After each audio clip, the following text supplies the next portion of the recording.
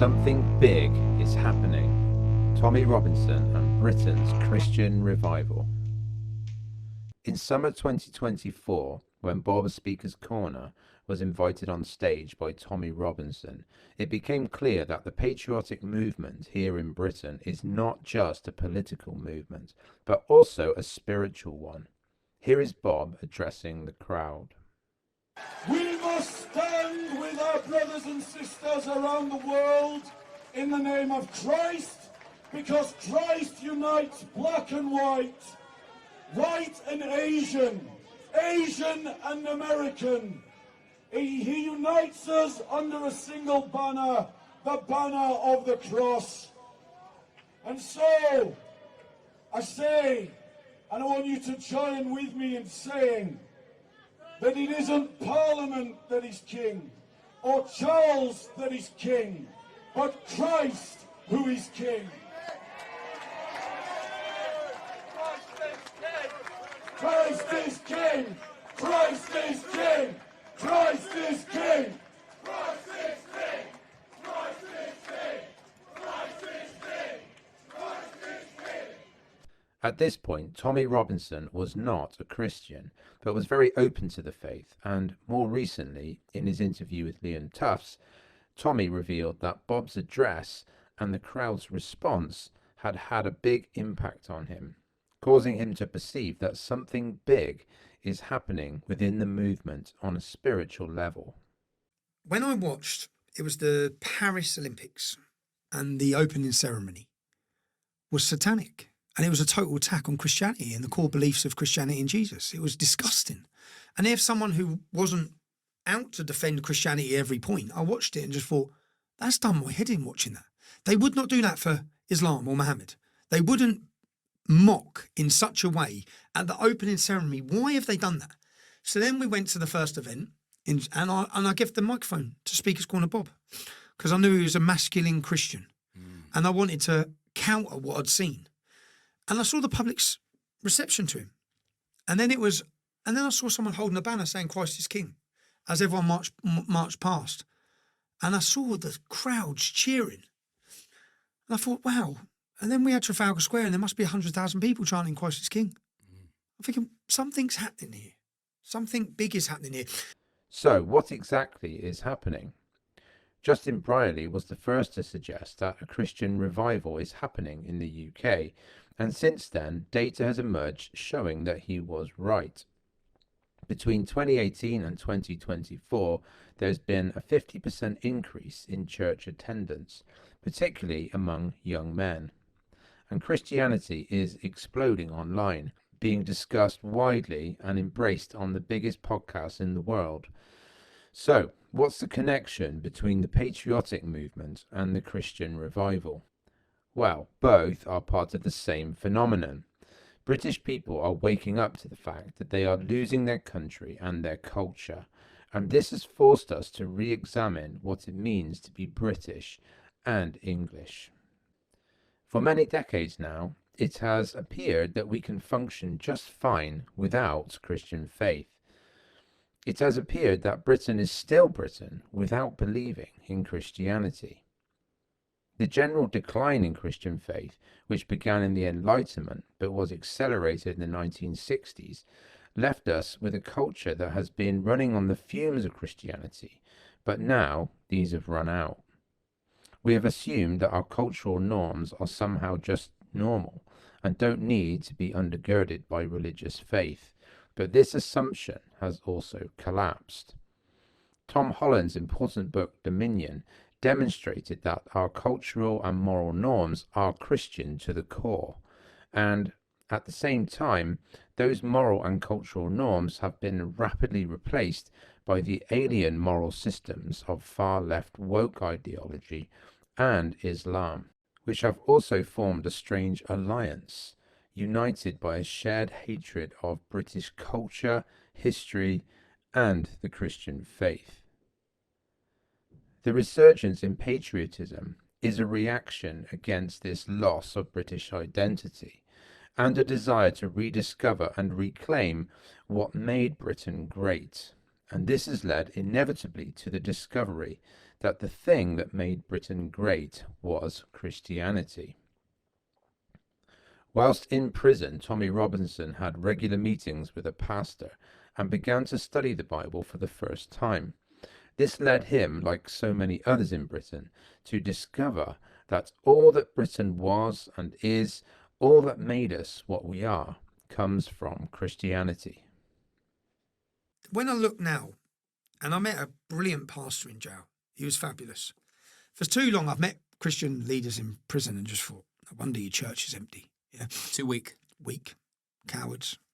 The Christian church, what's it known for now in the UK? What, flying rainbow flags? Give us a fucking break. Yeah? Of course, no one's in your church, right? Christianity would not be here now if it wasn't weak and pathetic as many of these leaders have made it. Yeah, I believe that the church has been infiltrated. But I look at what's happening with Christianity in America. I look at some of their priests and pastors talk. But I looked at something that was happening, and the statistics now show something's happening. And I think it's happening because, and I went through the Bible. I had Bible studies. I had that's the one thing I had on a Monday. I had 45 minutes with the pastor personally. He was an Asian pastor, lovely man, great man, and I had individual meetings with him. And as I went through the Bible, which I've never done. I've gone through the Quran before. I've wrote my own Quran before I've gone through the Bible. And as I went through it, I realised everything is from the Bible. Every saying, everything, every part of what our country has been built has come from the Bible. So to people who don't even believe in the story of Jesus or have that belief, it's that's built the culture of Great Britain. That is the reason this country has become such a beautiful nation. And when did this country start to fall? When did it decay? When it lost its faith and identity. And I believe the church are partly responsible for that. So I don't think people leaving church, I think the church is partly responsible for that. They've been a joke. But I think that something huge has been happening at our events and as a witness, and I wanted to try and tell that story.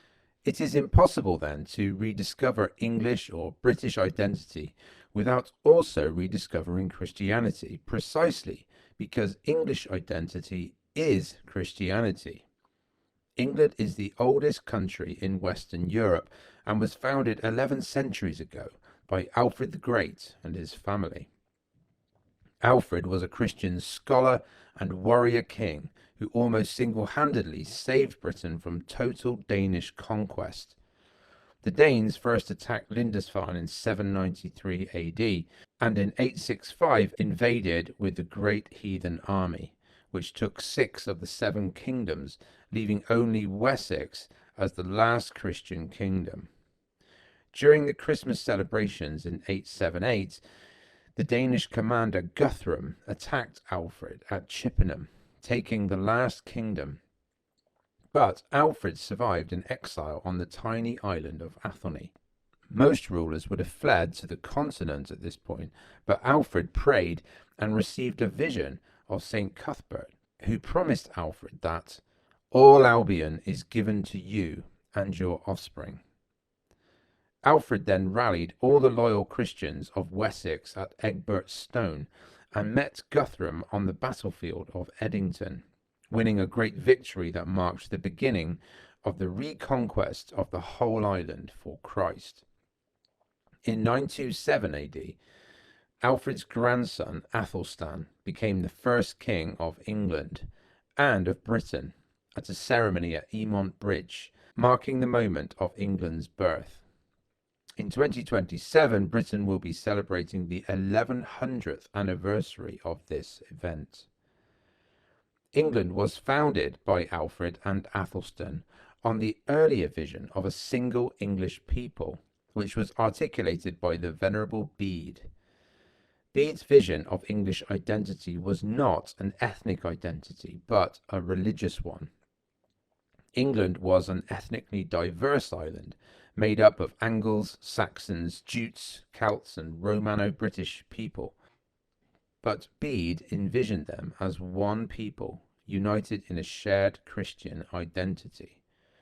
This vision was realized by Alfred and Athelstan, who based English law on the 10 Commandments and the moral teachings of Christ, and translated the Psalms and the 4 Gospels into the English language, teaching them to rich and poor alike.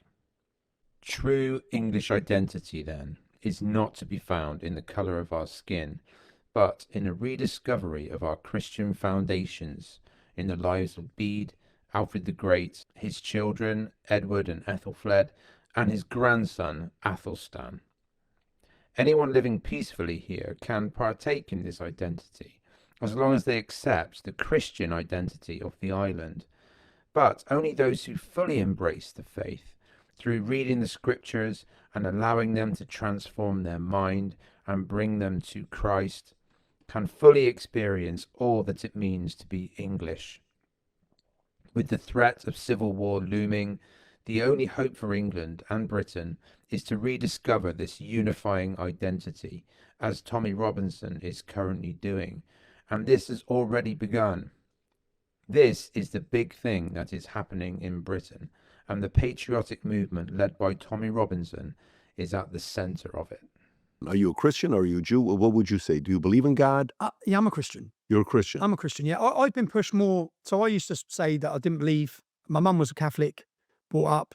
But then as I've seen the attacks on Christianity, and I've also seen the decay in British society, and the fall of Britain has come from the fall of belief. We have since we've stopped believing, and what built Great Britain? Christianity. What built everything about us, everything about our nation that everyone wants to come to it and make it a success was built on Christianity. Since that's descended, since it's been coming under attack, since people have left it, it's left a void, and that void's being filled. And if we want to understand and remember who we are, as part of our identity, I say to some people, even if you don't believe in Christianity, you don't have to believe in Jesus. That's what built us as a nation. That must be protected. That's part of our identity.